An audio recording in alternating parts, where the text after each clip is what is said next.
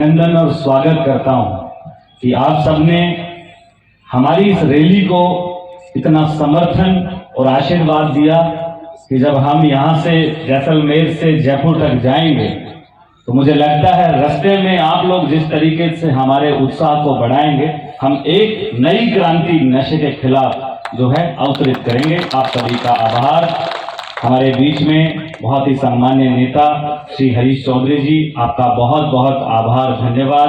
आदरणीय हेमाराम जी, आपका हमेशा हम युवाओं पे आशीर्वाद रहता है, आपका भी बहुत अभिनंदन, स्वागत। हमारे एमपी साहब उमेदाराम बेनीवाल जी, हमारे हुसैन फकीर साहब, पद्माराम मेघवाल जी, हमारे क्रांतिकारी नेता करण सिंह उच्चाड़ा जी, पूर्व मंत्री बहुत ही सम्मानित आदरणीय कपूर साहब, हमारे मार्गदर्शक के रूप में हमेशा हमें कुछ न कुछ समझाते रहते हैं आदरणीय गोपाराम जी, बड़े भाई आजाद सिंह राठौड़ जी, हमारे प्रमुख साहब महेंद्र चौधरी जी, आदरणीय फतेह खान जी, आपने भी बाड़मेर में हम लोगों का बहुत ही अच्छे कार्यक्रम आयोजित किए हैं, कपूर साहब ने भी आयोजित किए हैं, मैं आपको धन्यवाद देता हूँ।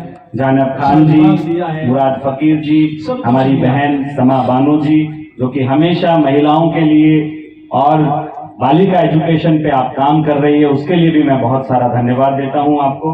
हमारे साथी, हमारे बड़े भाई लक्ष्मण गोदारा जी, कुंदन प्रजापत जी, हमारी बहन अंजना मेघवाल जी, उमेद सिंह तंवर जी, हमारे डीसीसी के अध्यक्ष, और जिन्होंने कार्यक्रम आयोजित किया रूपाराम जी, आपका बहुत बहुत आभार। हरीश भैया और उनकी पूरी टीम को बहुत बहुत आभार कि आपने बहुत ही शानदार कार्यक्रम किया।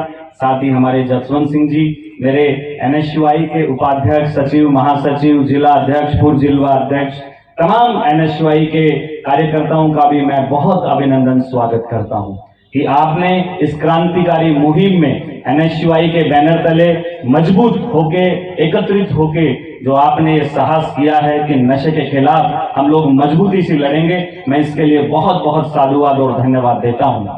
मुझे एक बात याद आ रही है, मैं उस बात के माध्यम से ये समझ पाया हूं कि आज नशा किस तरीके से हर घर घर में पहुंच रहा है। आपने भिकाराम जी की कहानी सुनी, मैं हमारे नाट्य कलाकारों का भी धन्यवाद देता हूं कि आप हर जगह नुक्कड़ सभाएं करेंगे, हर गली मोहल्ले में जाएंगे और इसी तरीके से संगीत के माध्यम से, नुक्कड़ नाटक के माध्यम से आप लोगों को जागरूक करने का काम करेंगे। तो आपको भी बहुत बहुत धन्यवाद और साधुवाद।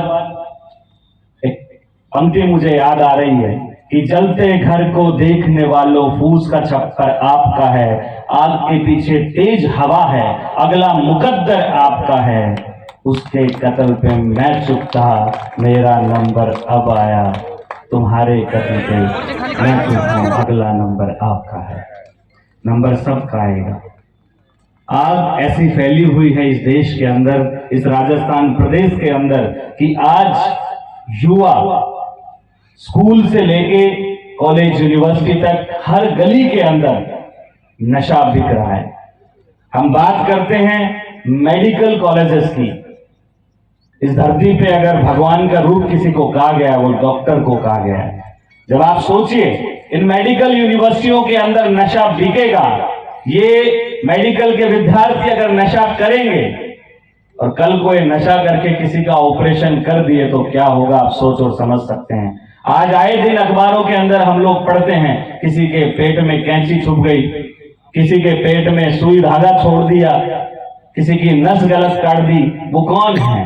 वो ये लोग हैं जो नशा करके कहीं पे भी कुछ भी करने को तैयार हैं। अभी आपने भिकाराम जी की बेटे की कहानी देखी, क्या होता है, वो चोरी करने लगता है, पहले माँ बाप के घर बिकवाता है, माँ के जेवर बिकवाता है, उसके बाद वो चोरी करने लगता है। ये केवल एक भिकाराम नहीं है, पूरे राजस्थान के अंदर गली गली के अंदर न जाने कितने ऐसे नौजवान हैं जो आज नशा कर रहे हैं।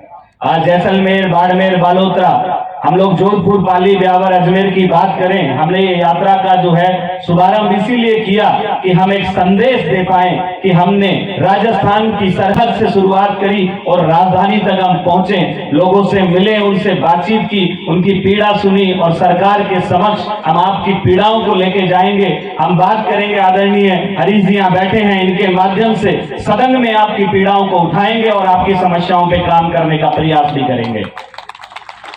NSUI वैसे तो छात्रों का संगठन है, लेकिन जब बात युवाओं के भविष्य की हो, राजस्थान के भविष्य की हो और बात देश के भविष्य की हो, तो किसी ना किसी को तो ये बेड़ा उठाना पड़ेगा।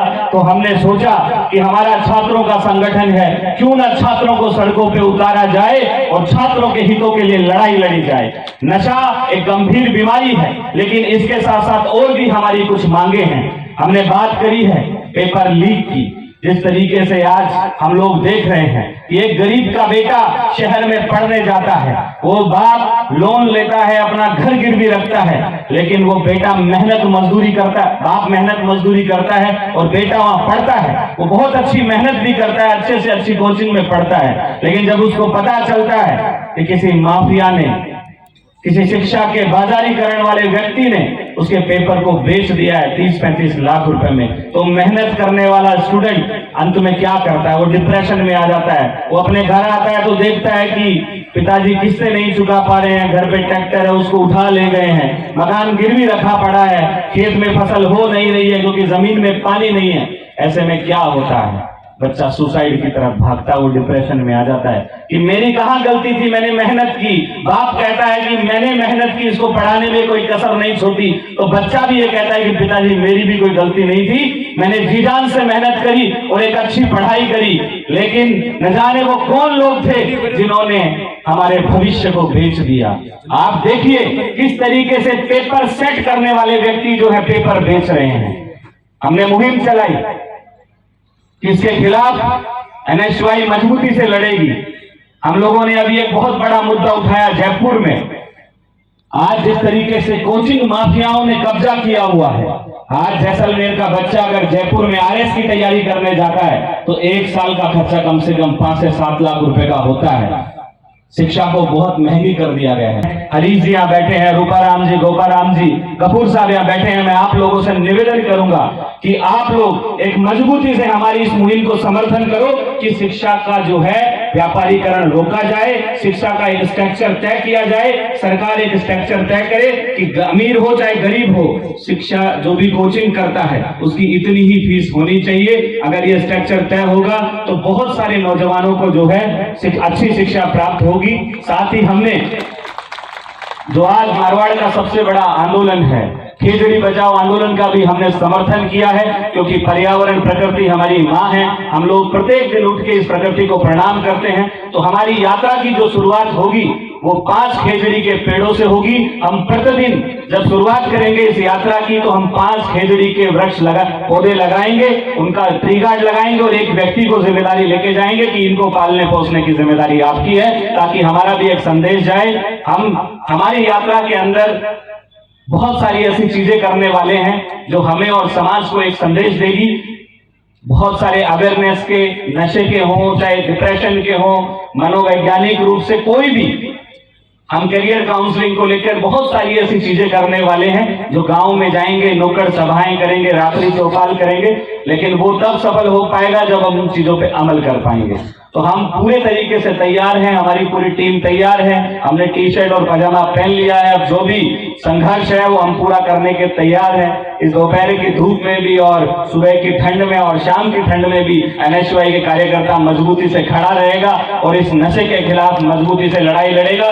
जब हम जयपुर जाएंगे तो हम विधानसभा का घेराव करने का काम करेंगे, क्योंकि हम चाहते हैं कि हम लोगों की भावनाओं को उस विधानसभा तक पहुंचाएं जहां पे इस प्रदेश के कानून बनते हैं, जहां पे इन लोगों के सपनों का जो है शहर बसता है। उस विधानसभा में हमारे हरीश जी बैठे हैं। तो मैं आपसे निवेदन करूंगा, जब यात्रा हमारी पूर्ण होगी तो मैं आपके माध्यम से भी सदन में बात उठाने के लिए जो है आग्रह करूंगा। हमारे नेता श्री सचिन पायलट जी ने हमें ये आदेश देके भेजा है कि आप लोगों के बीच में जाओ, उनकी पीड़ा सुनो और उनकी पीड़ा को जो है सुन के आगे काम करने की कोशिश करो। तो मैं इस मंच के माध्यम से हम सबके नेता आदरणीय श्री सचिन पायलट जी का बहुत बहुत धन्यवाद, आभार व्यक्त करता हूं कि एक ऐसे नेता के नेतृत्व में हम लोग काम कर रहे हैं जो हमेशा युवाओं के आगे बढ़ाने के लिए प्रेरित करते हैं। बहुत बहुत धन्यवाद, आपने मुझे बुलाया, मान सम्मान दिया, इसके लिए बहुत बहुत धन्यवाद। आदरणीय रूपाराम जी, हरीश जी और आपकी पूरी टीम का बहुत बहुत धन्यवाद। हरीश जी बहुत मेहनत कर रहे थे, तो आप सब आए, आपने हमें आशीर्वाद दिया,